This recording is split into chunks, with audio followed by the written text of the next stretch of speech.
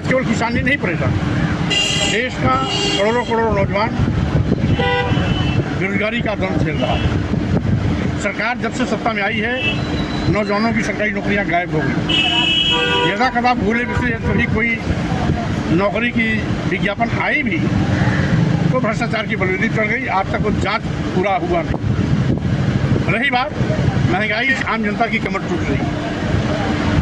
किसानों को लाभकारी मूल्य देने का वादा करने वाली सरकार लाभकारी मूल्य देना तो दूर, उनकी एमएसपी देने को नहीं कर पाई।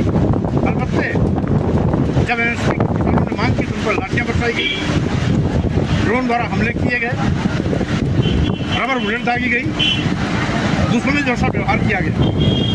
यही नहीं, आज देश का लघु एवं मध्यम श्रेणी का जो व्यापारी है, जिसने कभी भाजपा को वोट और नोट दोनों दिया था, उसका भी शोषण भाजपा ने पहले जीएसटी के माध्यम से किया और अब जीएसटी संबंधित सारे मामले ईडी को सौंपकर ईडी के माध्यम से हमारे जो ग्रामीण क्षेत्र के व्यापारी हैं, चाहे जिला मुख्यालय के हों, तहसील के हों, ब्लॉक के हों या ग्रामीण क्षेत्रों के व्यापारी हैं, इनकी भी कमर तोड़ने की पूरी तैयारी कर रही है। ये पहली ऐसी प्रथम सरकार है जिसे सरकारी संस्थानों, प्रतिष्ठानों, विभागों को निजी हाथों में बेचने का पाप किया। भाजपा सरकार ने देश के सभी बंदरगाह बेच दिए, सभी एयरपोर्ट बेच दिया, एयर इंडिया बेच दिया, सभी रेलवे स्टेशन बेच दिए, कई दर्जन ट्रेनें बेच दी। LIC जैसी बड़ी संस्था जिसमें लाखों लाख लोग काम करते हैं, उसको भी अदानी के हवाले कर दिया। यानी जिन सरकारी विभागों में नौजवानों को कभी सरकारी नौकरियां मिलने की उम्मीदें थी, उन सरकारी विभागों को निजी हाथों में सौंपकर नौजवानों की सरकारी नौकरियों के भविष्य के भी उम्मीदों पर पानी फेर दिया। यही नहीं, ये सरकार आज लोकतंत्र को कुचलने पर वादा है। बिना किसी आरोप के घोषित किए दर्जनों से ज्यादा नेताओं को जेल हवाले में डाला। दो मुख्यमंत्री इसके शिकार हुए, झारखंड के हेमंत सोरेन जी और दिल्ली के केजरीवाल जी आज भी जेल में, आरोप तो नहीं हो पाया। और यही नहीं, आज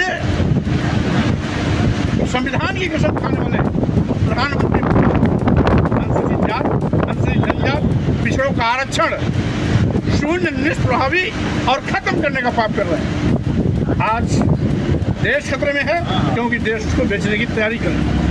लोकतंत्र खतरे में है क्योंकि लोकतंत्र को कुचलने के लिए ईडी, सीबीआई का दुरुपयोग कर रही है। आज संविधान भी खतरे में है क्योंकि संविधान की धज्जियां उड़ाई जा रही है। इसलिए भाजपा हटाओ, देश बचाओ, भाजपा हटाओ, लोकतंत्र बचाओ, भाजपा हटाओ, संविधान बचाओ नारे के साथ हम चुनावी मैदान में आए।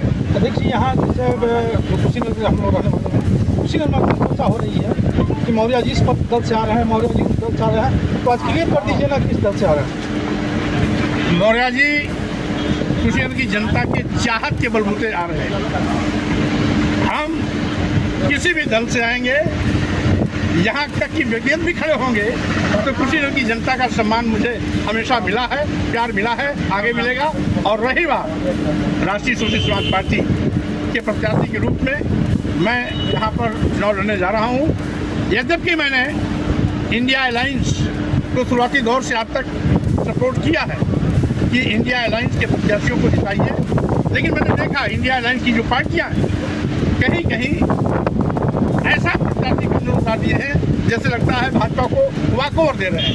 इसलिए जहाँ पर अलायंस के प्रत्याशी कमजोर हैं, जो भी विपक्ष में मजबूती से लड़ रहा है, वो चाहे बहुजन समाज पार्टी का हो, चाहे आजाद समाज पार्टी का हो, चाहे राष्ट्रीय सोशलिस्ट समाज पार्टी का हो या किसी भी अन्य क्षेत्रीय दल का हो, अगर वो मजबूती से भाजपा के दांत खट्टे कर रहे हैं तो इन प्रत्याशियों को भी जिताने का काम करें और भाजपा को बनाएं। कुशीनगर का जो प्रत्याशी उसको किस नजर से देखते हैं?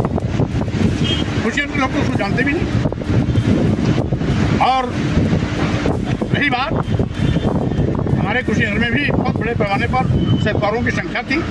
अगर सरकार समाज से प्रत्याशी करना था तो क्या कुशीनगर के सरकार उछल्लू के चूल्हे थे क्या? यहाँ के लोगों को सम्मान क्यों नहीं दिया? इसलिए आज बात ये नहीं है कि प्रत्याशी कैसे उतारे, ये तो जनता जिसको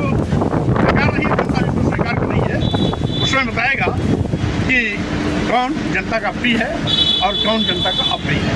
अमेठी से राहुल गांधी और रायबरेली से प्रियंका गांधी चुनाव लड़ेंगे, क्या कहें?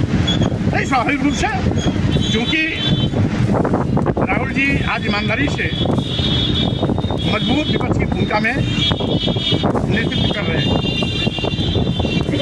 तो स्वाभाविक रूप से ऐसे लोगों को अमेठी से केवल लड़ना ही नहीं चाहिए, बल्कि अमेठी की जनता को वहाँ से जिताकर भेजना भी चाहिए, क्योंकि आज ये आवश्यकता है, देश की आवश्यकता है कि जिस तरीके से आज देश का नौजवान, किसान, व्यापारी, मजदूर, गरीब और साथ ही साथ हर मुद्दे पर फेल हुई सरकार का आज पाप का घड़ा भर गया है, पाप का भांडा फूटना चाहिए। सैम का एक बयान आया है विरासत को लेके, किसको?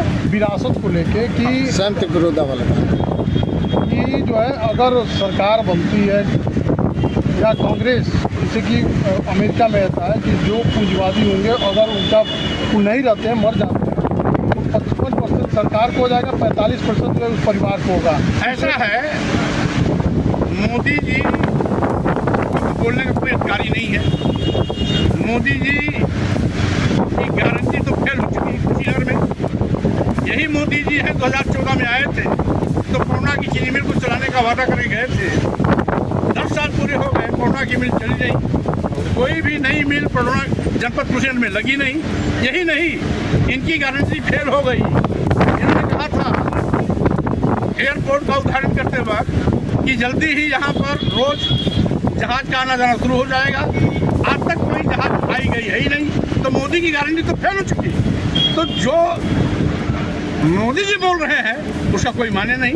रही बात, भारतीय जनता पार्टी के लोग झूठ बोलने में इतने एक्सपर्ट हैं, तोड़ मड़ोड़ की बात रखने में इतने माहिर हैं कि उनकी कलाबाजी केवल भारतीय जनता पार्टी के लोग जाने। उन्हीं को मुबारक हो, स्वामी प्रसाद मौर्य बीजेपी के ऐसे वो बुनियाद बयानों को खारिज करते हैं।